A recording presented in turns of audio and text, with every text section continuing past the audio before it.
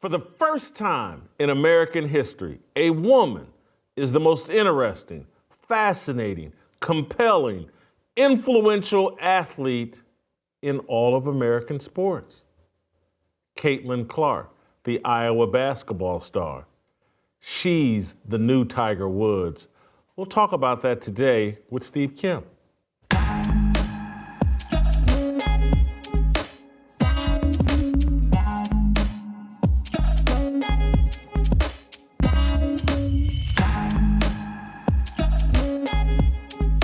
Welcome to Fearless with Jason Whitlock. I'm Jason Whitlock, your host. Thank you for joining me this weekend, a special weekend edition of Fearless. There's no football, guys, so I figured we'd give you some extra content. Steve Kim's going to join me. We're going to talk about Caitlin Clark, as I just told you in the cold open. But the first thing I want to do is talk to you guys about one of our newest sponsors to jump on board, and a sponsor I'm very passionate about. I've made it a part of my routine. I look forward every time I share the good news of our new sponsor and friends from Cardio Miracle. The team at Cardio Miracle, they're patriots, they're health and liberty advocates, they're passionate about the well-being of the unborn. Their values align with our values. Plus, the product is tremendous. I've made Cardio Miracle a part of my routine because it helps and supports good health as it relates to heart disease, diabetes, kidney disease, Alzheimer's, dementia, and other challenges many have faced over the years. Cardio Miracle has over 50 of the finest food, plant, and herbal ingredients that help stimulate your body to create safe and sustained nitric oxide levels. Nitric oxide is one of the keys to great artery health and just great overall health. It's helped me with inflammatory issues. I've been sharing with you guys about my workout routine and how I'm in a lot less pain. My brother, he's on Cardio Miracle. He loves it. Everybody, and I've given this now to more than a dozen people. I'm getting rave reviews. People are emailing me. I shared with you all early last week about Mark emailing me and thanking me. He's been on the stuff for 2 or 3 weeks. He's already seen the results. Guys, Cardio Miracle. Go to cardiomiracle.com/fearless, cardiomiracle.com/fearless.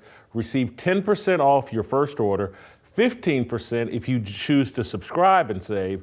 They also offer a 60-day, no-risk, 100% money-back guarantee. This is can't-miss stuff. It tastes great. It's easy to make part of your routine to drink 2 or 3 times a day, and it will improve your health. All right, time to bring in the Korean Cosell. Cosell, I know I've turned you into a huge women's basketball fan, and that, you know, I'm sure you're on Rivals right now checking recruiting rankings for women's college sports, and but because I just want you to react to my contention that Caitlin Clark is the most interesting, fascinating, influential, compelling athlete in America right now. Right or wrong? Oh, my God. I'm going to call you Willie McCovey because you are stretching and you are reaching. Look, okay, we're in that black hole in sports in America where there's no football. No one cares about the NBA. Pitchers and catchers have not reported. And spring practice has not begun all across the country on college campuses. I mean, is Caitlin Clark the most interesting and biggest story for a period of time of, let's say, 48 hours? I mean, I wouldn't completely disagree with that, but let's put this into perspective. This past Sunday was not only Super Bowl Sunday, but it was also the date, February 11th, when Mike Tyson was knocked out shockingly by Buster Douglas in 1990 in Tokyo, Japan. Now, I have called that fight the JFK assassination fight, because basically every boxing fan and a lot of sports fans, and even the general public in America, they know exactly where they were when they either saw that stunning upset or when they heard about it. Jason, can we be honest? By Sunday, nobody will remember where they were when they heard about Caitlin Clark breaking this record. In fact, it happened last night as we're filming this, and I don't even know where I was.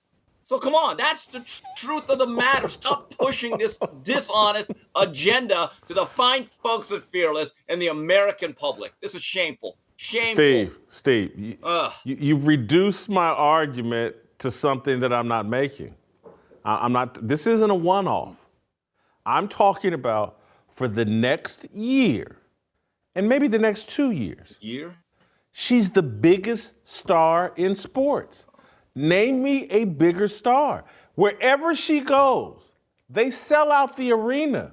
This is like Michael Jackson showing. This is like Michael Jordan showing up, and people are wherever she goes to play, Steve, it's a sellout. And we're talking about women's basketball. They're selling out. Wherever she goes, the other team's fans, many of them wear her jersey.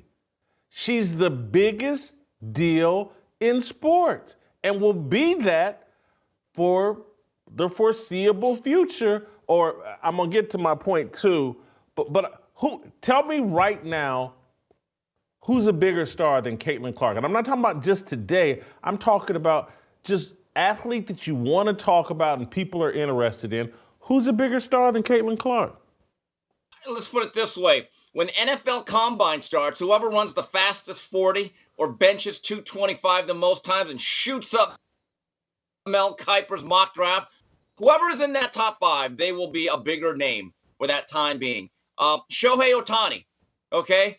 When he comes into spring training for the Doyers, he will be a bigger story. Come on. Stop it. This is Steve, if you put Shohei Ohtani in a police lineup with me, you, and Coach JB, people still couldn't pick him out. Oh, my God. Stop the Asian hate. Stop the Asian hate.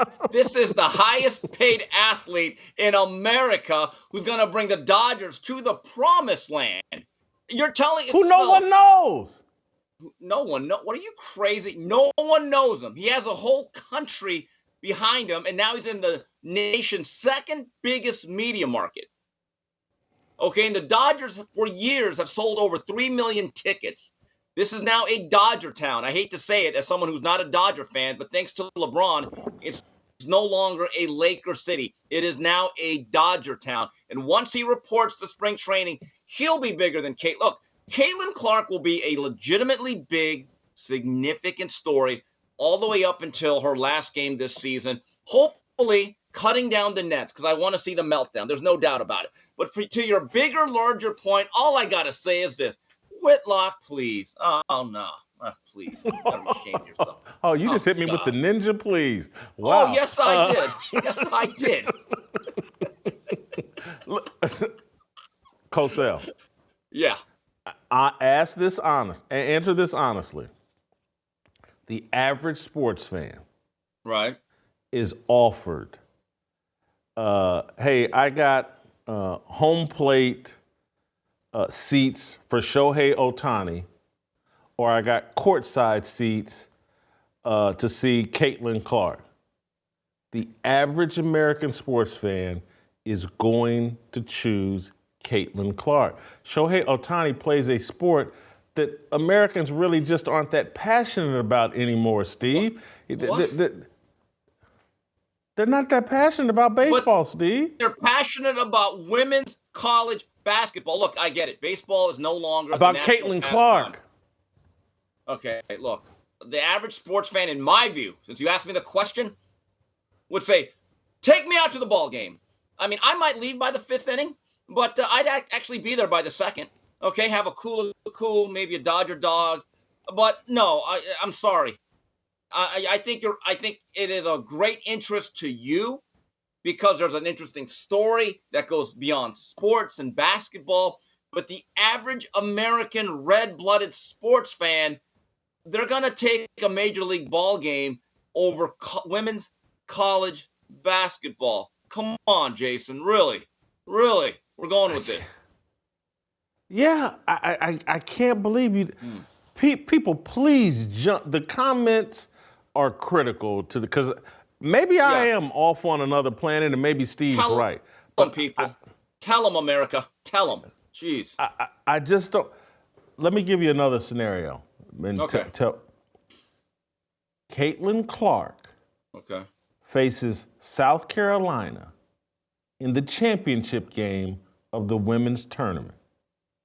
My contention is, if that happens, that game will draw higher ratings than the men's championship game. Okay. This is how honorable I am. I agree with that because I don't know of a single men's college basketball. In fact, the last college basketball player that I remember is Zion Williamson. In fact, I think that's the last time he ever played a game. And I'll even be this on. This is how honorable of a gentleman I am, Jason. As much as I disagree with some of your overall point, I would put on my Chuck Long throwback Iowa Hawkeye jersey or one of the Harmon brothers, and I would be watching that game for about a half. And if they're winning at halftime, then I'll keep it going. Okay? There, you got me. You got the pledge right here. Go Hawkeyes. Jeez. Let me give you another point then, because now that you've given me that inch, let me take a foot.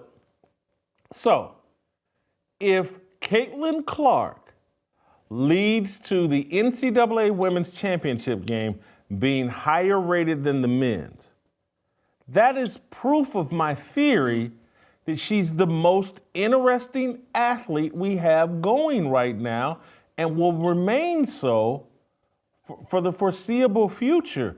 That speaks to her drawing power. Wherever she's Tiger Woods all over again.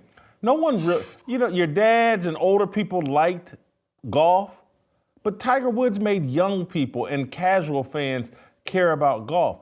Caitlin Clark is having that exact same impact in women's college basketball. She is a legitimate sensation. This is unprecedented what she's doing and the level of interest in her. She's the top athlete in America. Whitlock, this is going to stun you, though, and the odds of this are almost infinitesimal.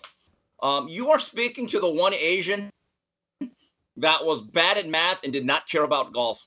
I never once was aboard this whole Tiger Woods thing. I was never Tiger Woods. But I don't completely disagree with your overall point, but I disagree, I think, with the comparison. I don't know if she's going to ever have the wide-ranging international impact of Eldrick Woods, but I think she could be Larry Bird. I've been doing a deep dive on Larry Bird in the last week or two. I read a great book from Dan Shaughnessy, Wish It Lasted Forever, about his travels with the 80 Celtics, which ended up really halfway through the 86 season, one of the great teams I've ever seen, and Shaughnessy was then taken off the beat because he went to the Red Sox. But I was just thinking about this as I was preparing for this segment. One day she'll be in the WNBA, and I think there's going to be a lot of expectation and pressure for her to elevate the popularity of that league, which quite frankly is not very popular. In fact, there's an argument that she's better off staying at Iowa with the NIL and all that other stuff than going into that welfare basketball league. That's what the W really stands for, to be blunt. The question becomes now, Jason, if she is the Larry Bird, because we know why, I don't know if there's a Magic Johnson to be her foil. That's the problem with that whole dynamic. I think Magic Johnson is this young girl, Juju Watkins, but she's just a freshman. And so that's the actual Magic Johnson, the foil. But Steve, you've moved me to the next point that I wanted to make, and good segue. Thank you. She would be making a mistake. Yes. Leaving college basketball. The WNBA is the wrong platform for her to continue her momentum. Joining the WNBA would kill her momentum. And so it's going to reach a crescendo during this NCAA tournament. The moment she declares for the WNBA draft, which she's done 4 years of college basketball, but because of COVID, I think she could get a fifth year. And I think she should return to Iowa. It's a better platform for her to drive interest in women's college basketball. The WNBA can't sustain anything for her And it'd be the wrong move, not just for her, but all of women's basketball, for her to go to the WNBA. She needs to stick around in college basketball. Yeah, look, that I think is a no-brainer. You don't get a single objection from me. If you look at the history of women's college basketball, there are franchises. Tennessee Volunteers under Pat Summitt, they were a bigger, hotter ticket than the men's team for 15, 20 years. You look at UConn. Now, UConn had a real program under Jim Calhoun, but Gino Auriemma has built a franchise. And there's other schools in the SEC and other conferences that when there's a traditional college town with a really good women's team, they get supported. I don't really know of a hotbed for WNBA basketball. I don't even remember the last time I thought of the LA Sparks, maybe during one of the years of Lisa Leslie. But I definitely would like to see her come back next year to the Iowa Hawkeyes and just chuck up 40 shots a game just to anger Cheryl Swoops. Just for that alone, I'd like to see her in another year in Iowa. Steve, you got to help me out here. And I'm sorry for not knowing this, but that's why you're here. You know all this stuff. Isn't USC joining the Big Ten next year? Yeah, they are. I don't, but again, look, USC's had two all-time great players in women's basketball. First, it was the great Cheryl Miller. Then it was Lisa Leslie. And then they had the McGee sisters, who were really good. And even when they won national titles, it was not a big deal. Now, to your point, the reason I asked that though is she would get to play Juju Watkins twice if she came back. If USC's in the Big Ten, no, yeah, yes, or at right least there once. Would be a natural rivalry, something that I think that people would care about more than just Jason Whitlock and then dragging me into these segments. I might actually be a little bit curious. Not that curious. Let's just be very honest about it. But there's so many things. I think that Caitlin Clark has certainly become a very, very polarizing figure, and we've talked about this. I mean, Jason, I thought it was interesting, and I'm perusing through X or Twitter, and I saw a clip where Shaquille O'Neal flat out said she's the greatest ever. And I'm like, oh boy, he went off code. Well, he's going to anger a certain demographic in America with that. But even me, I have to say, wait a minute. Caitlin Clark is the Steph Curry of this league, of this game. No doubt about it. She's one of the all-time greats. She has to be.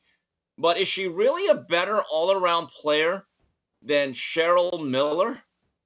I mean, to me, again, I'm a child of the 80s, so I'm biased, and she's from Riverside. She's a Southern California person, so I'm always going to swing towards her. But Cheryl Miller, to me, was the ultimate all-around ball player. Lisa Leslie, Lynette Woodard out of Kansas.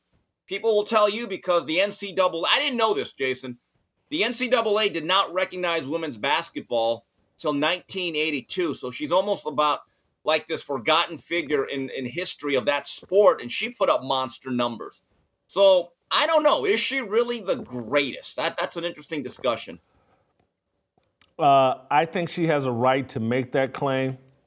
I used to know Lynette Woodard, obviously working in Kansas City, and Lynette, great person, and a awesome athlete. The issue is women's college basketball overall is so much better now than when Lynette played and when Cheryl Miller played and when Lisa Leslie played, that the degree of difficulty, what Caitlin is doing, and just keep in mind, she got all the way to the NCAA title game with a roster that beyond her wasn't at that level.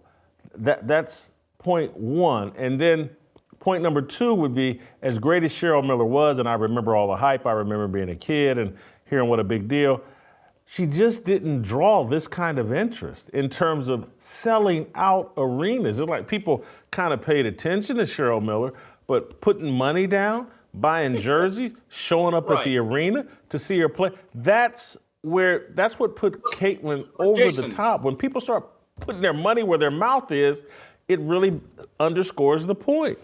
Right, but again, time and place matter. Let's put this in the context. Cheryl Miller played in LA. The entertainment options in LA, and again, no offense to Iowa City, But Iowa City's one of those things. You stamp anything with the Iowa Hawkeyes logo is going to draw better than anything with USC female athletics. That's the truth of the matter. There's also much more of an agenda to show women's sports than, let's say, 1982 to 85 when she played. It's a little bit different. It is, but when I say selling out, I'm talking about when Caitlin Clark goes on the road. It's the circus going on the road. It's the Jackson 5 going on the road. She's selling out those arenas. I watched this firsthand with the Fab Five, covering the Fab Five. Yeah. This is how it used to, and not that Big Ten schools had trouble selling out, but wherever the Fab Five showed up, the national media just followed them around, and arenas and people. There was more energy in every arena that they played in than. Again, I was at Duke, Michigan, Chris Webber's sophomore year. That is still, of all the sporting events I covered, that is still the most memorable sporting event I ever covered, because that arena was just, it was incredible. The energy in that arena and all the talent that was on the floor, the Fab Five was a phenomenon, and that's what I'm seeing with Caitlin Clark. And I'm just men, this is the other part of my argument, Steve, that I think you're missing. So many male athletes have diminished themselves with this wokeness and political correctness. Yeah. We just don't like them the way they used to be. It's like LeBron could never get to Michael Jordan's level in terms of mass appeal, popularity, because he's too unlikable. Half the people in the country don't like him. Maybe it's 60% of the country don't like him. It's a handful of groupies that think LeBron James is the greatest. And so many of these athletes, male athletes in particular, have just diminished their stature. That's where Caitlin Clark, there's some people that hate her, but not because of anything she said. It's mostly just out of pure jealousy and bigotry. But no one, there's no flaw on her. That little flop she did, getting run over on the court or whatever, that's about the most negative thing I can say about her. Jason, the other thing is, when it relates to men's basketball, like I said, I was a big fan in the 80s, but there was a recognition of names from Ralph Sampson, who stayed all 4 years. Patrick Ewing stayed all 4 years, along with that nucleus at Georgetown, which included guys like Reggie Williams. Michael Jordan, believe it or not, actually stayed till his junior year. Larry Johnson was a JUCO transfer, and the bulk of that UNLV team with Greg Anthony, Anderson Hunt, Stacey Augmon, they stayed, I believe, all 4 years for the most part as a group. Michigan, Chris Webber and Juwan Howard, I think both, or Jalen Rose, they stayed at least 2, if not 3 years. And I think Jimmy King and Ray Jackson stayed all 4. Weber 2, Howard and Rose 3 years. 3, right. And then Jimmy King and Ray Jackson stayed all 4 years. So there was like this association that you had. And you're right. With Caitlin Clark, I'll be the first to admit it. Next year, if you were to say, Steve, who's the biggest star in women's college basketball, I'd say Caitlin Clark if she comes back. And I think the bulk of America, now that much I will say, that if she comes back next year. Whoa. Did you say who's the biggest star in women's college basketball? You know what? All right, I get it. Did you say college basketball? I'll give you that. Jesus Christ. And then I think you could even you could remove the qualifier college. You could. She's the biggest star in basketball. Get out of here with that. Oh, see it. Who's the biggest star in basketball? I'm going to tell you right now. Who's the biggest star in basketball? Billy Packer's rolling over in his grave. This is Al McGuire. Who's the bigger star in basketball, Steve? Wait a minute. You think Caitlin Clark on a day-to-day basis is a bigger star, even right now? And I'm not a fan of LeBron James. Really? Yes. Oh my God. By the way, I know we want to talk about this. This is another thing that just made me roll my slanted eyes. That her impact is Jordan-esque. You want to get to? I was like, hold it. I want to. Let me get there, but let me take care of a little business first. Yeah, give me a second to take care of a little business, guys. Are you the same guy you were 10 years ago? I am. Better. But one day you might wake up and realize you don't have the same energy, same lean muscle mass to get up and go in the bedroom that you used to have. As we age, we lose testosterone. They call it the man hormone. I call it the fire. But there's a real solution, the powerful testosterone booster in Nugenix Total T. Nugenix Total T's Power Boost is backed by clinical studies and real science. Nugenix key ingredients like testofen have been shown to boost free testosterone levels in men. In other words, it's based in science and it works. It's certainly working for me. It's helped me restore that fire, and maybe Fannie Willis should provide some to Nathan Wade, and it may restore his fire, and she won't have to emasculate him in commercials or when she's testifying on the witness stand. Nugenix Total T can help you re-energize your life and help you get back the powerful, confident, good-looking warrior. Totally satisfied, Nugenix will refund 100% of your purchase price plus shipping and processing. Now get a complimentary bottle of Nugenix Total T when you text 231231 and enter the keyword fearless. Text now and get a bottle of Nugenix Thermo X, the newest and most powerful fat incinerator ever, with key ingredients to help you lose fat fast and get lean even faster. Absolutely free. Text 231231, enter the keyword fearless. That's 231231, enter the keyword fearless. Texting enrolls you into reoccurring automated text messages. Consent not required to purchase. Message and data rates may apply. The #1 doctor recommended brand by primary care physicians based on an independent survey conducted by IQVIA 2022. All right, Cosell, back to you. And you've already previewed the conversation where I want to move into. I believe USA Today has written a story that Caitlin Clark is the most transformative athlete since Michael Jordan. Ugh. I disagree with the article for a different reason than you, but you go ahead and why do you disagree that Caitlin Clark is the most transformative athlete since MJ?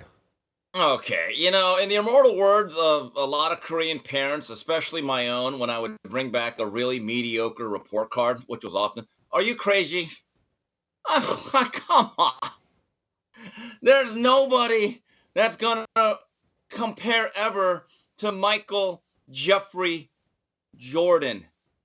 I mean, growing up, there was Michael Jackson and Michael Jordan and maybe Mike Tyson, and that's it.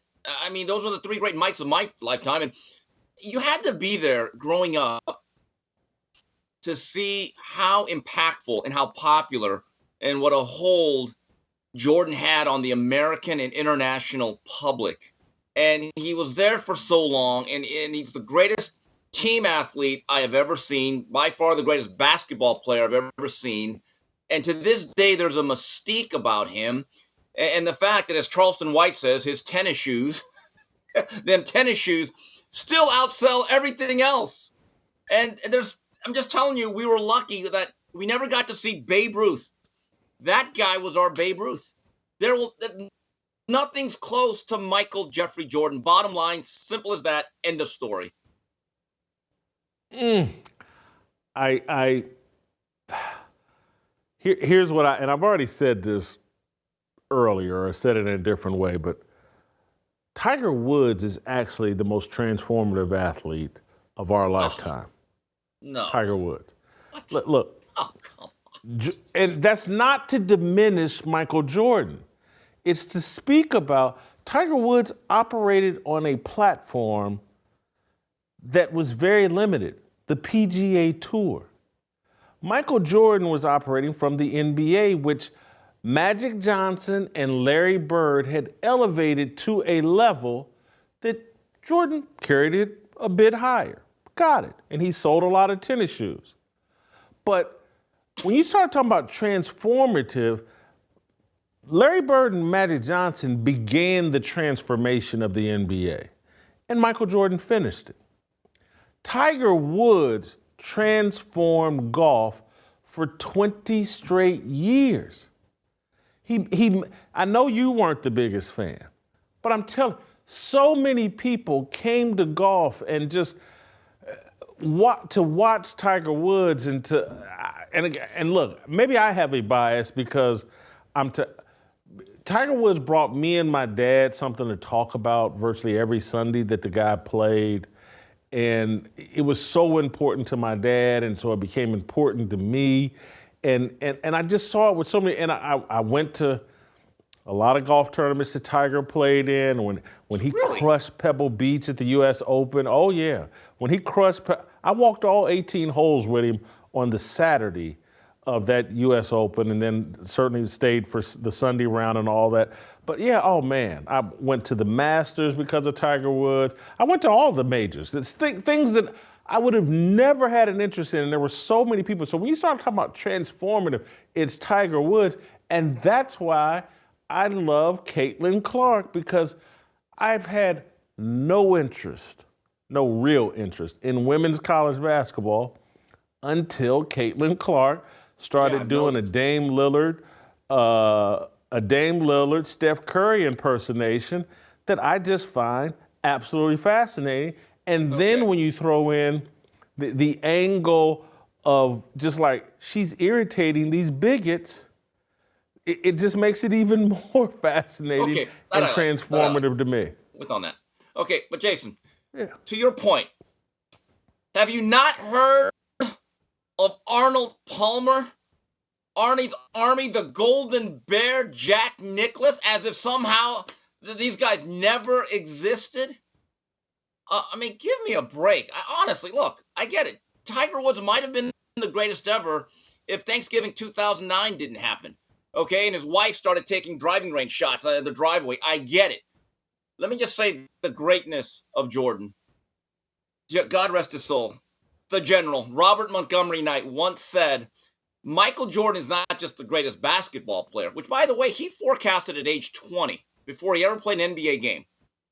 He's done various interviews, and I think one of them was with David Letterman. He says, Michael Jordan is the greatest in his chosen field of any field in the world. And he said this, by a good margin. He said, so whatever field of chosen, lawyer, doctor, writer, whatever you want to say, he said that's the greatest at his chosen field by a good deal. And Bobby Knight did not like the NBA. He thought the game was horrible. He didn't like it. But he said, in my lifetime, I'm lucky to have seen, well, not in my lifetime. He said, there's three great athletes in American history that stand out. He said, Babe Ruth, Jack Nicklaus, and Jordan. And he said, but Jordan is number one. And I'm just telling you, there are times when I get a little basketball Jones, I'll just punch up YouTube and I'll just put up Michael Jordan highlights and I'm enthralled. I mean, I just like, wow. And it's just, we were lucky to have seen it. And he played in the best, most competitive era of NBA basketball. Don't let these new fans fool you. These guys today are very good athletes. They might be more versatile. They were not the overall players, and it was not the overall game. And to this day, the fact that Jordan brand and Jordan apparel still sells. And I love the fact, and what's also added to his mystique is, Jason, he hasn't gone completely Howard Hughes, but he's not out there that much. He's never on social media. He makes some appearances here and there, but he's made himself scarce. And I think that has added to the mystique of Michael Jordan. There's not much you said there that I can disagree with. Because I'm sitting here like, Jordan and the separation between him and everybody else and his skill. And I was trying to think, have we ever seen any other athlete that was so much better than everybody else? And the only person I could think of actually gets disqualified, Barry Bonds, because of steroids. Yeah, because of steroids. Yeah, well. And if we really wanted to expand it out, Lance Armstrong, because of steroids, he disqualifies himself. And so I think you're right about Jordan because, we thought we were watching that with Mike Tyson, but his demons caught up with him and destroyed him from ever doing that. And the same, actually, if Thanksgiving 2009 never happens, Tiger Woods gets 20 majors.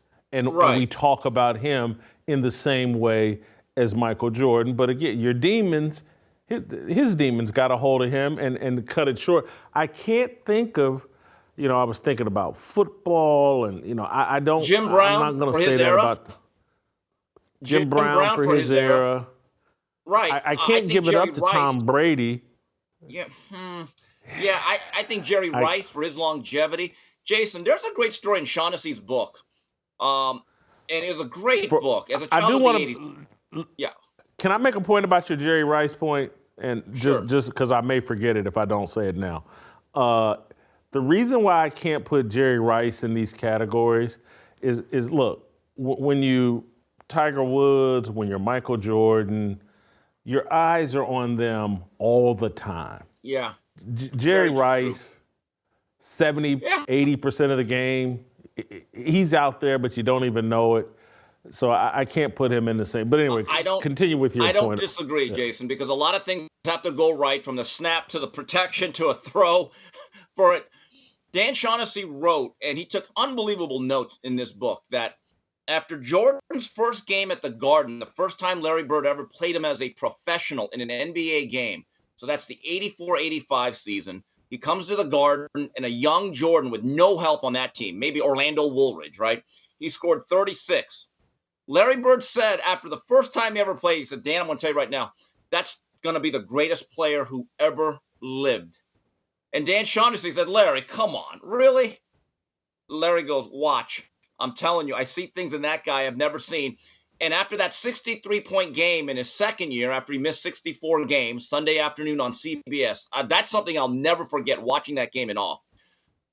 Larry Bird actually said that was not Michael Jordan. That was Jesus Christ, or God disguised as Michael Jordan. He goes, I have never seen anyone play basketball like that. And your personal favorite and my personal favorite, Magic Johnson, I give Magic and Bird a lot of credit for it. As great as they were, I could show you interviews long before Jordan actually won a title. They were telling people, no, we're not as good as Jordan. They'd actually say that's the most talented guy ever. And Jerry West actually had that same opinion. He actually thinks there's nobody like Michael Jeffrey Jordan. I think his impact, he changed the sneaker industry. So you want to talk about transformative and having an impact on pop culture. He changed the whole industry. In fact, without him, we don't know where Nike is right now. They may just be a niche running shoe out in Beaverton, Oregon. So we'll end on this note. And I don't know who Caitlin Clark, if she's got a shoe deal, if she'll have a shoe deal, but I would drop an incredible amount of money on her for a shoe deal as long as she stayed in college for one more year. Caitlin Clark will sell as many gym shoes as LeBron James. She won't sell Jordan levels. But that's how we'll prove my theory correct, is that she will become the top tennis shoe endorser of all the modern athletes. She won't catch Jordan, but I'm just saying, she'll be the closest thing to Jordan because she's accessible. In terms of, there's nothing about her other than bigotry that could prevent you from liking Caitlin Clark. I'm just telling you, there's nothing. She has, as far as I know, she's not taking any political stance. She's heterosexual. She's confident but not arrogant, I would argue. And so a dad, a mom, every kid can embrace Caitlin Clark without feeling like they're violating their values. And so Caitlin Clark will surpass any of these guys and any of these other athletes as the top brand endorser in sports.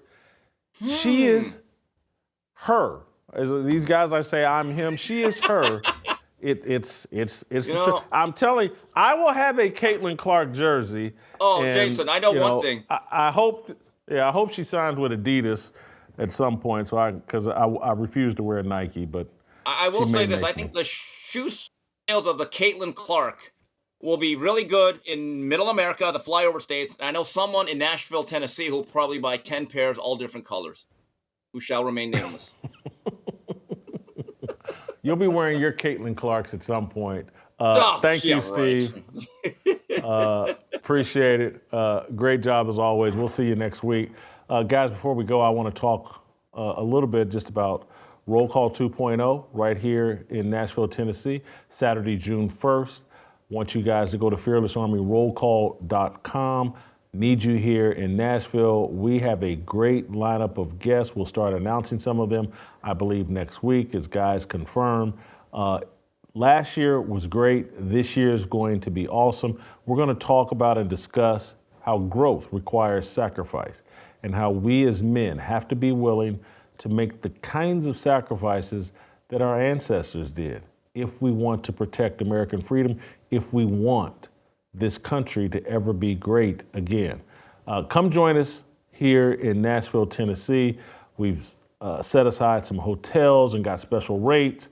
You want to book those now before they sell out. You guys know what a fun place Nashville is, and you want to sign up for your tickets right now, fearlessarmyrollcall.com.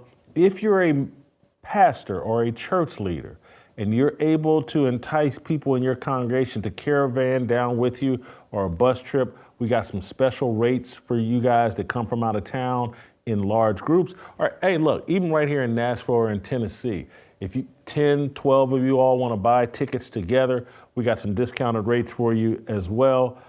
Come join us Saturday, June 1st, right here in Nashville, as we inspire men to remember their duty to sacrifice for the good of the generations behind us.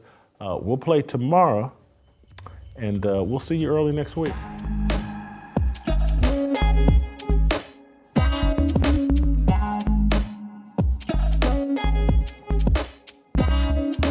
Waiting for the countdown, coming off the breakdown, standing in line for freedom. Looking for a breakout, feeling like a standoff, nothing in life like freedom. Came in like a fighter, striking like a ladder, making all these moves for freedom.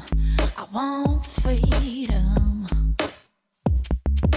No negotiation, my sister, no relation. We all just wanna have freedom. Sitting on a corner, never been alone. I'm breaking my back for freedom. Blessed, we are living, get back. We are receiving, all deceiving. We all wanna be free. We want freedom. I just want